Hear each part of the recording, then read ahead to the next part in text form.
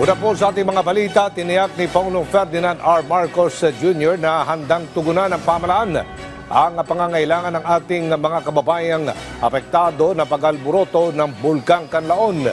Bukod sa sapat na relief assistance, maigpit na binabantayan umano ngayon ng pamahalaan ay ang toxic gases mula sa bulkan. Si Kenneth Pasyente sa sentro ng balita.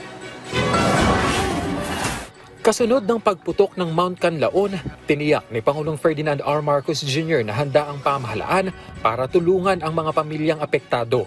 Ayon sa Pangulo, bukod sa pagtutok ngayon ng gobyerno sa sitwasyon, hindi rin nila kakaligtaan ang pag-agapay sa mga naapektuhan ng kalamidad.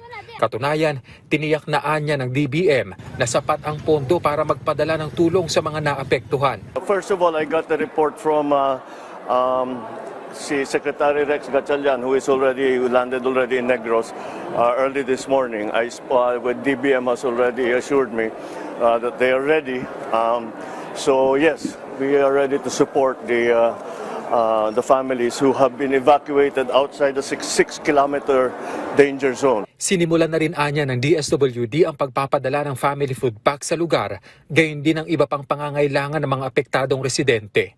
Kasabay ang pagkilos ng DNR at DOST para i-assess ang sitwasyon. So talagang pumutok na eh. And so now DNR, DOST are continuing to monitor air quality to see if we need to do more in terms of evacuating kung maging dangerous ng levels ng toxic gases na lumalabas sa bulkan. Ngayong araw nagtungo si DSWD Secretary Rex Gatchalian sa Negros Occidental para personal na alamin ang sitwasyon at pangangailangan ng mga inilikas.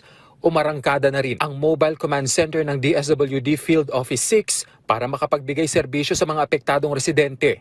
Kabilang dyan ang serbisyong pangkomunikasyon, internet connectivity at power supply. Karagdagang 5,000 kahon ng family food packs naman ang ipinadala ng DSWD Visayas Disaster Resource Center. Kahapon ay agad ding kumilos ang City Action Team ng Canlaon City at iba pang LGUs para makapaghatid ng relief assistance sa mga inilikas evacuation centers. Kabilang sa ipinagkaloob na tulong ay transportasyon, hot meals, medical check-ups at iba pa. Kenneth Pasyente para sa Pambansang TV sa Bagong Pilipinas.